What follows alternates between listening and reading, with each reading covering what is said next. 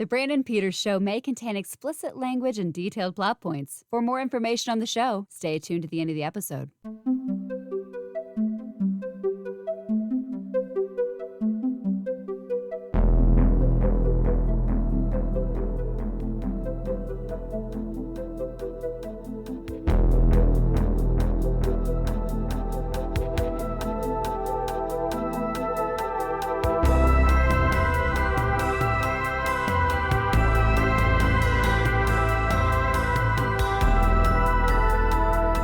And now, here's Brandon.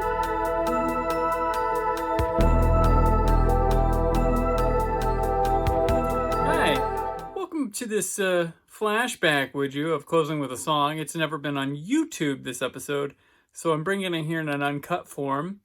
This one is Huey Lewis in the News, Doing It All for My Baby, and I had guest Troy Brownfield on to talk about it. It comes from the same week that the Back to the Future 1990s remake happened, which was actually, this was the second music video episode recorded, though it was released third. So I was still trying to figure things out with things when I started. The first one recorded with Scott Mendelson went well. It got to my 10 to 15 minute range, stretching some things, trying to feel out how those episodes would go. But with Troy here, we actually went for like 40 some minutes. We went wildly off topic. I ended up cutting a lot of it, most of it, because it ended up being 16 minutes long or something like that. Real good stuff, but it just didn't fit with that music video. If someone was coming to listen about Huey Lewis in the News, offshoot tangents about Cyndi Lauper and things weren't really going to fit. But it's great, and I've held on to it to hopefully, show people someday. So here it is. And for you to enjoy. It's one of the longest recordings of a Closing with a Song segment with Troy Brownfield, Saturday Evening Post, Graphic Policy, Spark Shooter.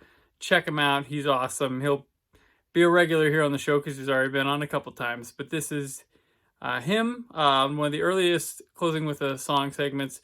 Huey Lewis in the News, Doing It All for My Baby. So now it's the time for our closing song for the show. This week, I'd like to welcome back Troy Brownfield of the Saturday Evening Post with me. Hi, Troy. Yeah. And we're going to close this week's show out with a song. Seeing as we talked Back to the Future Monday, and the Power of Love music video isn't much to discuss, and it's October now, so we're taking on Huey Lewis in the News, Doing It All for My Baby, which kind of was an easy choice here. October, Huey Lewis in the News. They got this video. Released as a single in 1987. The sixth single from the 1986 album 4, an album that cranked out hit after hit. Hip to Be Square, Stuck With You, Jacob's Ladder, I Know What I Like, previously all on the radio before this. This particular song made them the first band to have 5 top 10 Hot 100 songs from one album. It's pretty cool. So the music video, it's basically Bride of Frankenstein with a lot of horror stuff in it. Yeah. We had it's got one of those story intros. You remember those? You don't get the song right away. We're gonna build up. Well, I think it's interesting too because it's there's that whole idea of the story build up to the song and the music video, but there's also this weird subgenre of tongue-in-cheek horror videos. Yeah. That, like, you think of this, you think of Everybody by the Backstreet Boys. I mean, obviously, Right? Thriller, Yeah. but there's this whole, you could start naming a lot of videos, and it's not by acts that you would expect to do it. It's like, oh, Halloween has a Yeah. It's always like these pop acts that just like to indulge in the. Do you think it's because they're not creating them on their own? They're not like that type of group. Michael Jackson, like Thriller, is kind of him, but like Backstreet Boys, they were probably just, here, we got one, shoot this. Do you think it's kind of that, or? Yeah, I don't know. I primarily with Huey Lewis the News, I think their whole thing was always like, let's make the videos fun. Yeah. that they were leaned into the humor aspect of it really hard. You mentioned "Stuck with You," which is another one that's got a story intro with him and the girl, and then they're stranded on the island. There's a callback. There's a callback in this video to "Stuck with You," where they have the heads in the jars doing the bop like "Stuck with You." Yeah, like the heads in the sand. Yeah, exactly. It's really, one of their through lines, I think, is the humorous video. And anytime that they did anything that seemed serious, like the Jacob's Ladder video is a little bit more serious, but Hip to Be Square had that whole like super close up, like Fish Island kind of thing. And every time I think of a video of theirs, it's usually got some sort of goofy like, hey, it's just the guys and Huey. Right. Yeah, and there's a lot of their videos are always. This might be one of the few that doesn't just have a straight performance to cut back to, like there's comedically played with the monster stuff performance, but they usually would just be like, we'll do a live performance and then we'll shoot a video and we'll cut back to that live performance here and there, or their video would just be live performance. So this one kind of jettisons that. It doesn't really have Huey singing at all either, I think. Right. Yeah. Well, he does get crushed. So. Plays two roles in it. He's a mad scientist, himself, and then himself as the Frankenstein's monster. Yeah. I think that it's funny in a way because the production values I feel like are really pretty good. That they have some very deliberate lighting and whatnot. It kind of reminds me, same year, it reminds me of the Monster Squad a little bit. Oh, like yeah. You have that kind of somewhat bright 80s photography, even though it's dark. You get in the Monster Squad a little bit like that strobe light lightning. Right. that goes on. But it's funny is like, I have a pretty clear memory of the video even years later, but 1987 just seems like it's later than it should have been in my head.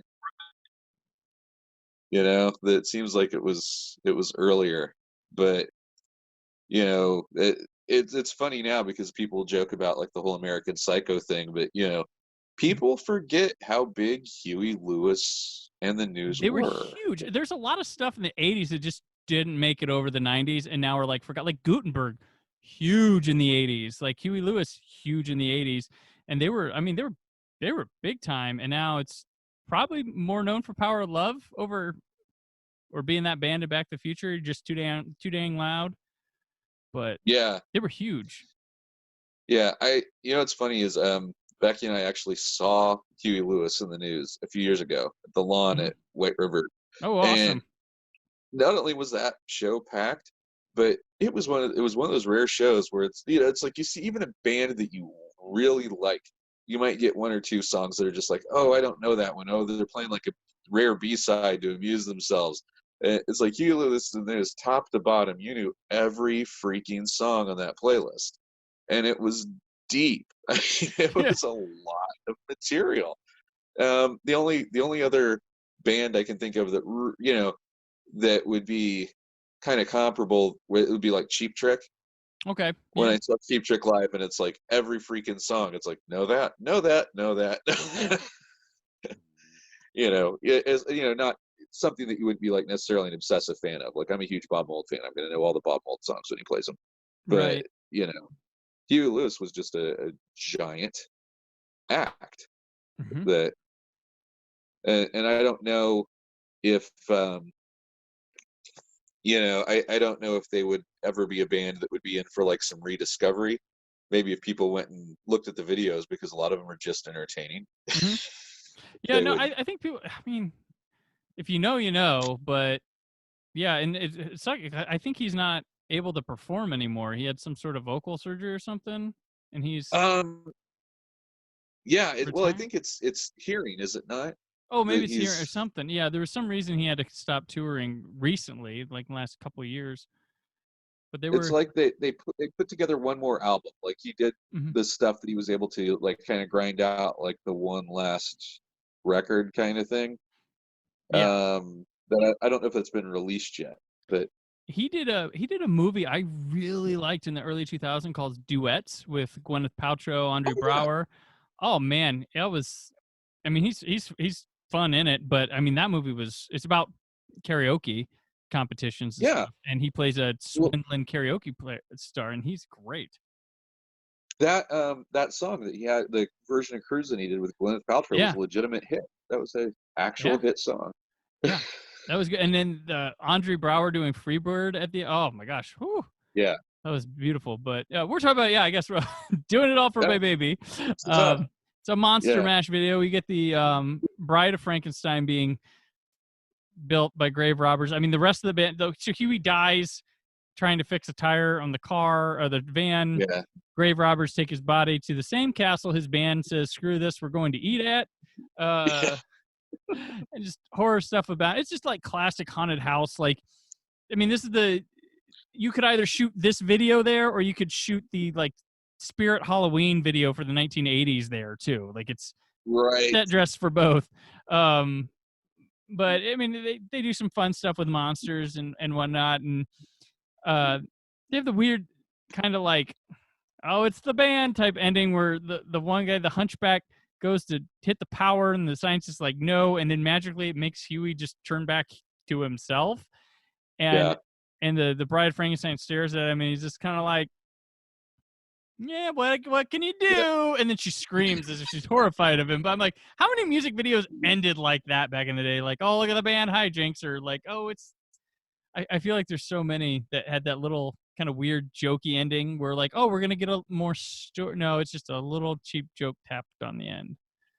But Yeah. And one of the things that I appreciate is almost immediately is when you see Huey as the mad scientist, he's got the steam coming out of his ears gag. yes, So it's just a cartoon that, they're just leaning into the whole cartoony aspect. But I do like the idea that, and I don't know, maybe it's on their terms, maybe it's a little bit of self mythologizing or something, but you really get the idea that they never saw themselves as much more than like a really good bar band that was grounded in rock and roll and rhythm and blues kind of stuff that Mhm. just got really popular. Well, there's kind of like And a Chicago scene of like white blues at the time that was big too, but they yeah, were above that. They were like the pop sensation that maybe inspired a lot of that.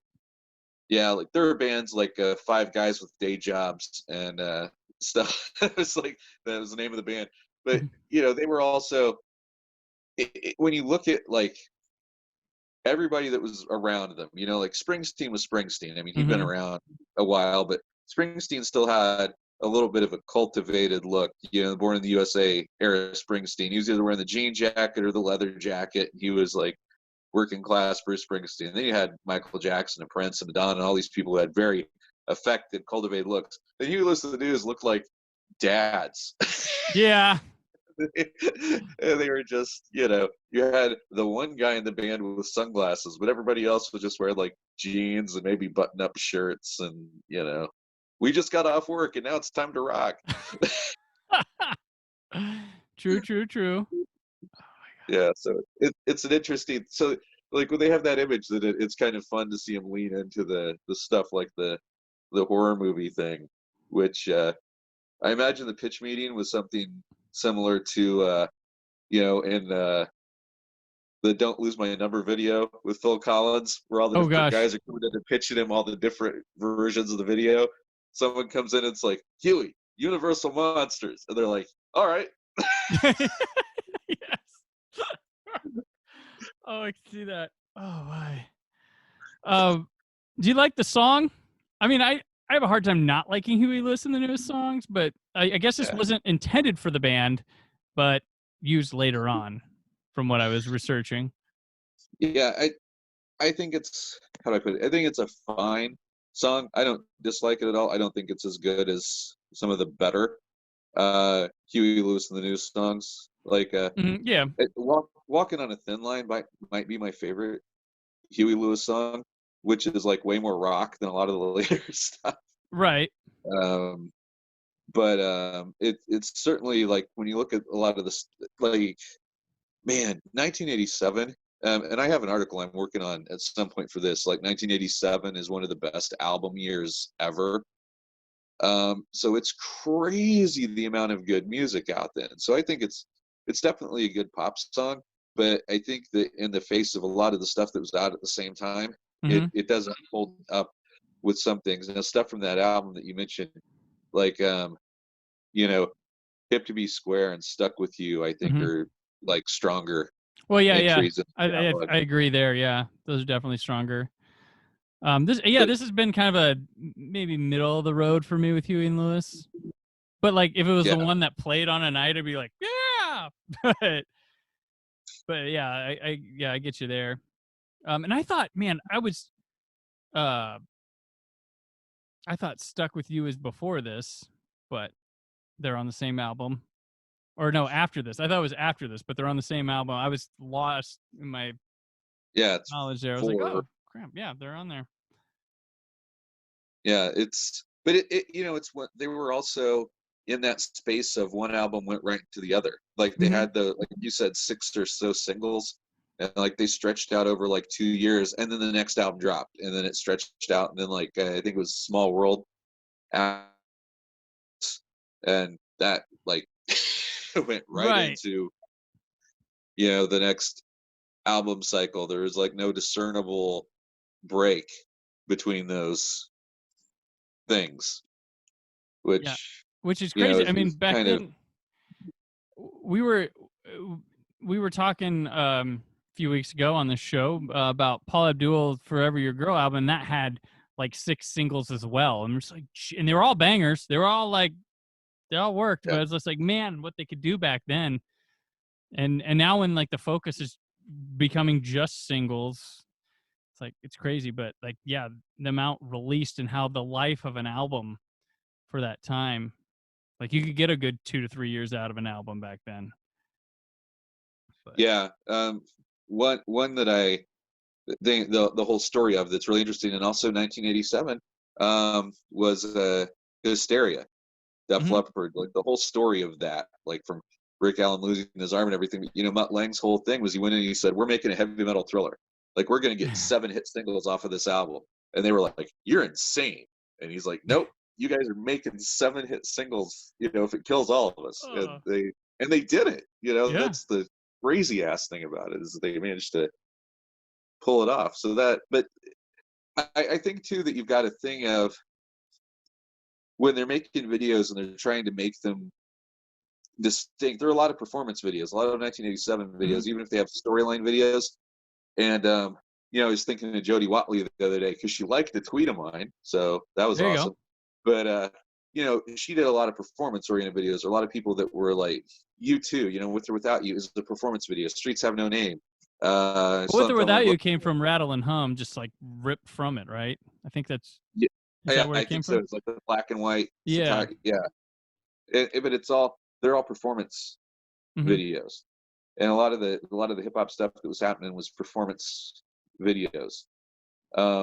So I think that maybe by creating videos like this, maybe they were trying to distinguish themselves from other stuff on the channel. And I think like what was the first? Was Stuck With You the first single off this one? I think I feel like it was. I feel like the most complex or biggest production videos, when you have that many, seem to be the first and maybe the last, because the last one's like, well, we can't just have another performance video and hope to sell the last people on this record. Maybe we'll make a funny video that people think of with that, possibly. Because I'm remembering like, well, maybe not, like Jagged Little Pill, that had just a ton of singles. And I remember just turning on MTV and being like, "Oh, there's another one from this thing." But I think those got cheaper looking as they went. But I'm trying to think of, like, because with the Paula Abdul thing, the opposites attract. It's an animated cat and her dancing around in like these, more expensive sets, and that's last. And I'm like, okay, that probably was the most expensive one to make, and it was last. And heck of a song to hold out to the end on for the radio. Geez, patience. Wow. But here's a slower kind of like, well, this is the last thing that probably works on the radio from this album. Here you go, but the bigger video. So it's interesting. Yeah, it's easy to say it was a different time, you know. But well, that's why I'm fascinated. That's why I'm doing this series, because I'm like, man, I don't think people know like music videos were like an art. It's marketing, but they were an art form. Yeah. They brought us some of our great directors. Now they were taken really seriously. You look forward to them. Some had stories. Some did, some were just like, well, let's put a song out. But there's a lot of experimental stuff done with them, and it just fascinates me how much of a thing they were that they just aren't now. Some people do videos, but nobody cares anymore. I don't know. Yeah. Gaga still does videos that get hundreds of millions of views. It depends who you are. Interested, like what yeah, because she's a visual artist, so it is kind of an event when she drops one. But like, Taylor Swift made this entire new record in quarantine that she's put out like one actual video and then lyric videos for the rest of the songs. And obviously there's like the quarantine limitation on that, but at the same time, I think she's like, I don't think people are really coming to me for videos right now. Right. She's got this whole like, and what's funny is like she did that in the middle of what would have typically been the cycle of the previous album, which she's still been putting hits out on. But she's like, I'm at home for 6 months. I'm gonna write my Joni Mitchell album, and she did. It's like it's kind of listened to it, and I was just struck at like, God, she really is 30. She really did like grow up and start making singer-songwriter records. And she's like, fuck you people, I'll sit at home and do this. I made this record for me. You can listen to it if you want. But, like, the whole thing, some of these people, they can do videos if they want, but they don't necessarily need it. And then the opposite is like Beyonce will do an entire video concept album to, take. First of all, it's interesting that it went to Disney Plus, but yeah. she got the whole idea, I guess, while she was working on The Lion King. Okay. And it just kind of evolved into that, which but again, like you said, she's an artist that people will line up to see that stuff for. Right. It's not expected of everybody. Which gets into whole other conversations about how do you break new acts and everything without videos. Yeah. Because for a good 30 years, it required videos to break acts. Yeah, now it seems to be like festivals are a good way to, if you get on one of those and someone, starts to build popularity from those. But yeah. But do we got any more on Huey Lewis in the news? We're kind of going off. Oh, yeah. I think that's our thing. Yeah, that's true. There are hours of recordings of us from the old days just talking. No, I think Huey I think he's a real interesting cat, and I think that they are just overlooked. I think when people talk about 80s stuff, they somehow manage to overlook. Is it because he didn't inspire anything and they weren't ridiculous? Like, is it?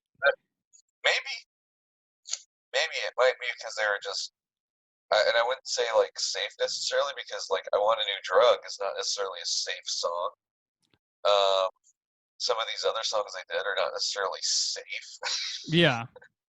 But I don't know. Who I feel gets overlooked as well as Cyndi Lauper. Oh yeah, dude. Her first album is, I like, Madonna's got her stuff, but I think Cyndi made the album with that one. When I hear, you'll hear Girls Just Want to Have Fun and All Through the Night. I mean, not All Through the Night, but Time After Time. And I'm always like, where the hell is All Through the Night? Why don't they play that more? That one, She Bop. I like She Bop too. That's a fun, silly song. That's a video we're going to talk about on this show sometime. I got She Bop. Oh, hell yeah. But yeah. I was going to say the next album, with not even True Colors, but Change of Heart by Cyndi Lauper. That was a top 5 song or so. It was a great song, and like freaking nobody remembers it. Yeah, no, I don't know what happened. And she had that rockabilly band before she went solo. That was pretty good stuff too. I can't remember their name off the top of my head, but I have one of their albums. Yeah, Blue Angel. Yeah. Or what was it, rockabilly? Yeah. I can't remember what, but I dug that stuff too. Like, she's super talented. She just didn't I guess, go as far as Madonna did, but I mean, she did to me better than Tiffany when or Debbie Oh Gibson. yeah. I think we talk about their Cindy stuff right there as well. But yeah, she was terrific and on her own level. I think she's got. I don't think she was going for the whole Madonna thing. She just got thrown in with like, here are all our girl singers.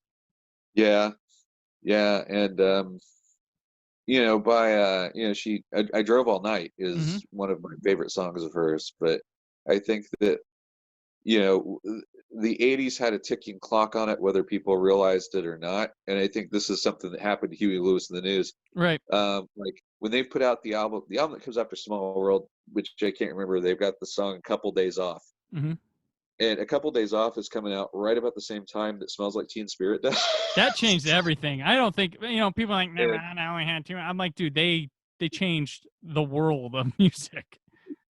Yeah, there were these two things that like kind of helped hasten the exit of Huey and some of these guys, like and hair metal and like a lot of this stuff. Like there was definitely the rise of hip hop. There was definitely the rise of alternative, and also the rise of country.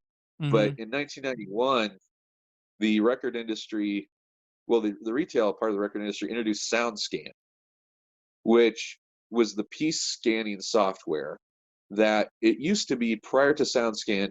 The Radio and Records or whatever would call the different record stores. Mm-hmm. And the people running the record stores would say, oh, this is selling well or whatever. And it was like guesses. It was what they felt was selling well. And then they went in with the piece scanning thing, and it literally scanned what they were selling. And the charts changed like that. If you look at like what was the hits on 1990, and then you look at 91 into 92, it's hilarious. Like Garth Brooks is number one for 2 weeks, and then Guns N' Roses is number one for 2 weeks, and then it's Garth Brooks, and then it's Michael Jackson, and then it's Yeah. and then it's Nirvana, and all these guys are trading because they're actually getting counted. Right. But it shoved all this stuff out the door that they're like, yeah, I guess people are buying Madonna records. I guess people are buying Skid Row, people are buying Winger, and like, bam, they just. I was like, this was really getting bought. Yeah, it's like NWA. It's like all of a sudden NWA's got a number one record. The record store was like, we didn't know that. We were, Wow. So I think that's interesting. So there's like, you have the bands like, Huey Lewis and whatnot. They weren't really grabbing a teen audience, and then you had like this mobilized teen audience that all of a sudden was buying everything but the middle of the road stuff. I'd say there's even a mobilized country teen audience. Well, yeah, there's Garth Brooks, Leanne Rimes was big, Shania, like that was the pop country 90s that was coming along that got pretty big. Miley's dad. He was there for one. Brooks and Dunn, I think they were they big in one of them, and then they had the Boot Scoot and Boogie song was a big one. Right. I worked at the WTHI in Terre Haute while I was in college, not the college radio station, but it was the local country station, and I did news on it. Mm-hmm. But there was a point in 1993 when Any Man of Mine by Shania Twain was playing 3 times an hour. Oh, wow. And I was going out of my fucking mind. But it was like literally, I would go over, I was doing news on the news and sports side, and then I'd go over to do news on the FM side, and the DJs would be like, oh my God, I can't take any more of it.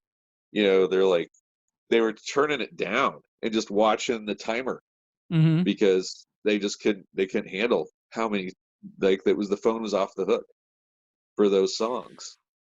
And but yeah, you've got, I think that it's really interesting that like Huey, of all the bands we could have talked about, is like a really great bridging, Yeah.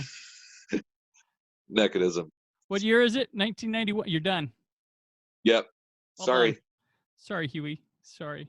Yeah. Well, I just did the story on Garth Brooks for I saw that one. Yeah. Yeah, but it's like you can really look at his. He did it to himself, because he like, I'm not going to say greed necessarily, but he rejected Spotify and YouTube and iTunes and all these other platforms and tried to make his own platform and everything. Mm-hmm. And his sales just crashed because people don't want to have to work hard to get Mm-hmm. the song. They want it Right. to be easy. That was the fiendish success of iTunes. You clicked and you had it. Didn't matter if it cost 69 cents or 99 cents or $1.29. All Like, in you one had it. place. Yep, you clicked. And like Spotify, even more. And everybody that's resisted Spotify, AC/DC, the Beatles, Taylor Swift, they've all come around to it. They've all Unlike video streaming services, though, people like get 8 of those, but with music they just want it in one spot. yeah. But Well, they this is probably a conversation for like 12 other days, but I kind of feel like music has been like marginalized in a weird sort of way. yeah. Like, music used to be very central to identity and so forth, and maybe like having the stuff too available as kind of, because when I was a Well, it got teenager, broken first with Napster. I mean, that took yeah, video a few years after it, and it was always never questioned. It was always illegal with video. With Napster, it was like, is this we yeah. allowed? And Metallica said Well, no. yeah. There was an element of you had to go seek out music. Like, Mm-hmm. you mentioned The Cure earlier, Yeah. but like, you had to go look for those early records if you wanted them. You could just pick that stuff up. You had to go, like Prince's Black album wasn't even in stores. It was it's a bootleg you had to go find. Gotcha. That's and now everything is just like right there, to the point of like, I think in some cases, like, a lot of people just view it as kind of like wallpaper, that you're not seeking it out. I don't know. Right. It's They no don't. longer. They don't. There's like I said, the album is kind of a dying concept now, and I always liked it. I always saw it as a complete work. It's maybe telling a story, even if it's not trying to, or the idea of what songs go together, what order. The producer side of thing always interested me with that, but Yeah, that's kind of just like why we don't put it on a shelf anymore. It's digital, so why limit yeah, your collection of songs, or why? So it's changing. It's not yeah, what I'm used to. I'm not against, things are going to go where they go, but like there's a part of me that likes the way as an art form that it can be a collected work. yeah. And I think, as somebody that's made a lot of set lists in my life, it can be very difficult to figure out where to play a song live, and that is not necessarily the place where you put it on the record. Yeah. Yeah. And I do kind of enjoy that it's become a thing in the last few years for artists to go out and play a record start to finish that was a particularly successful record. Yeah. They're like, we're going to play like 5 or 6 new songs, then we're going to play that album, and then we'll play some other of our hits. And which is kind of a cool idea. I mean, it gets butts in the seats, but I think it's kind of funny that they have to specifically announce, we're playing the entirety of 4 on this tour. Right. Yeah. Yeah, exactly. Yeah. It's many a times it's coming from those older bands who they can, if they want to play the big sheds, that's what they got to do now, or they got to pair up with somebody else from their era of success, or 2 or 3 of them. That's how Journey and REO Speedwagon and Styx and them have been doing it for years now, because none of them by themselves are gonna sell the huge place out. But if they get together, maybe. I saw was it the Counting Crows? That's one of my wife's favorite bands. I've seen them at White River, and I've seen them at Deer Creek. So, but when they were at Deer Creek, they were with like Matchbox 20, or they were with Live. They were with Nico Case when they were at White River. So that's Oh, that'd been cool. But yeah, I saw Dave Grohl talk about this not too long ago, where he said they've hit the point where they've had so many albums, and he's like, "Oh, I'm whining about it," but he's like, they've had so many albums that have been so big with so many songs that people know. mm-hmm. He said putting the set list together is difficult because he's like, okay, can you not play?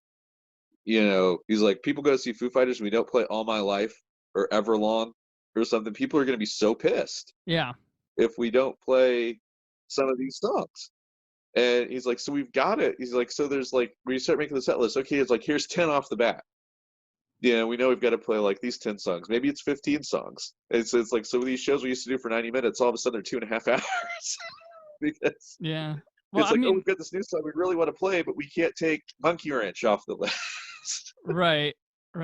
I mean, I tend to follow the ones that like switch it up on a nightly basis because I like them. Like, oh, roll the dice. What am I going to get tonight? So, because I'll usually see a couple shows in the same tour, but yeah. But when I go see something like that, like I don't see them often, so I'm like, you better play at least 5 that I want to hear or something like that. But and then they gotta fit the cover in for that person who got drugged there and doesn't know anything.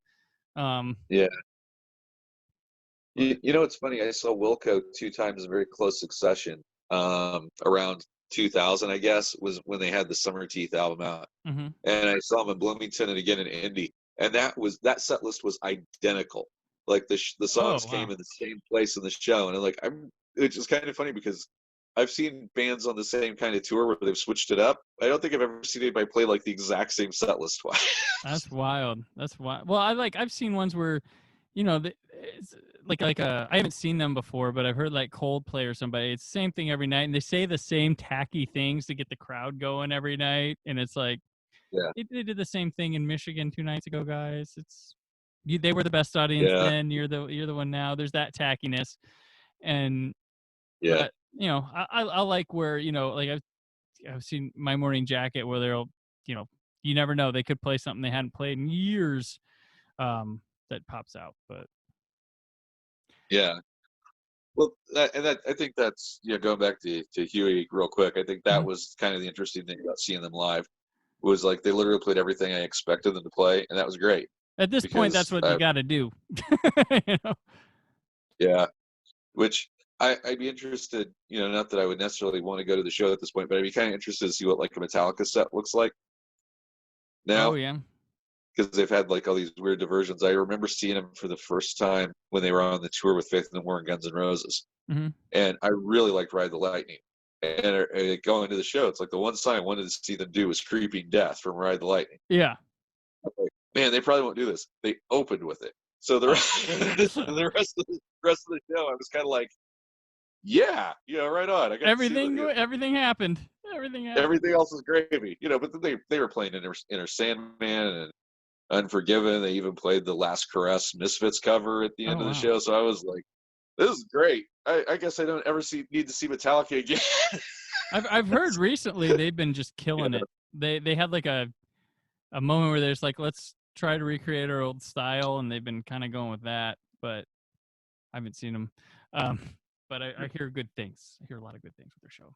Like I saw Smashing Pumpkins when they came here 2 years ago, and they played just about everything. And then they came out in the encore and played like their new song and a cover, and that was it. But like everything in the set was, I think they missed one thing, but I didn't care. But they played everything, and then they threw a couple deeper tracks in there that I was hoping for, but they played the one off of the single soundtrack. I think it was Down or Drown. Drown. Yeah. But they play, and I hadn't seen them since 96 or 97 is when I saw them the last time. But was that at MSA? What, the first time I saw them? Well, no, I was asking because I've seen them 3 times. I saw them they were at the fairgrounds.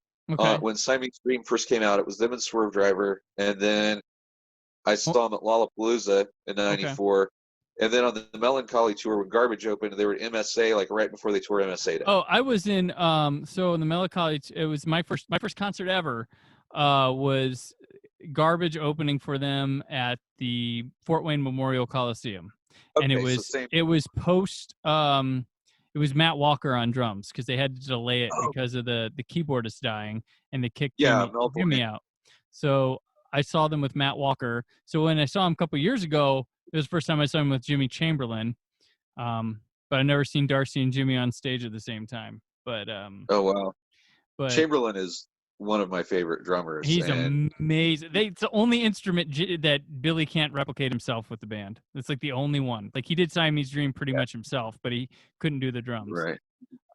But and he was on fire. That that fairground show was one of those things where it's like it was small enough that it felt like a club show, Mm-hmm.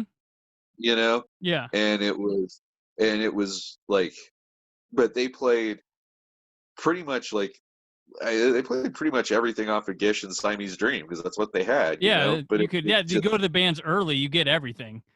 But when he went into Geek USA Live, I was that drum intro and just that whole drum.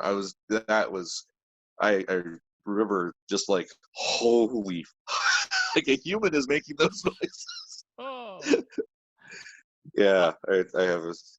I always have the story of seeing band two different times. So, Fuel I saw on their first album, and they were nuts. Like, they opened for Creed, and like Creed afterwards was like so boring compared to Fuel because that was like cocaine rock and roll. Like, just they were just all over the stage, crazy. I mean, it was awesome live performance. There were stories on the radio about them destroying the hotel. I go see them on their second album. It's like 2 years later. Dude, so mellow. They're like, everybody in my hands. I was like, what happened? Because I told everybody going with me, I'm like, these guys are crazy. It's awesome. No, Yeah. Somebody quit doing drugs.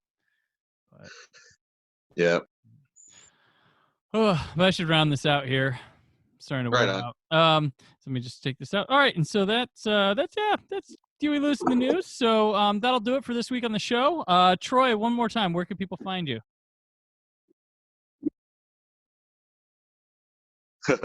Where can people find you? I didn't hear it. Oh, you're muted. Oh, yeah. I am at Troy Brownfield on Twitter. And also check out Spark Shooter on Webtoon. All right. And we'll be back next week with a brand new show. So thanks for listening. Have a good weekend. And be positive on the internet. Thanks. Thank you for listening. The Brandon Peters Show is a Creative Zombie Studios production. Produced by Brad Shoemaker and Brandon Peters. Written and edited by Brandon Peters. Announcer vocals by Jessica Alsman. Theme song by Metavari. Web design and show art by Brad Shoemaker with Brandon Peters. All music and clips featured in the episode are property of their respective studios and no infringement is intended. Additional information on this and other episodes at BrandonPetersShow.com. For any inquiries, press opportunities, or sponsorship, contact mail at BrandonPetersShow.com. The show is available on Apple Music, Spotify, or anywhere podcasts are found.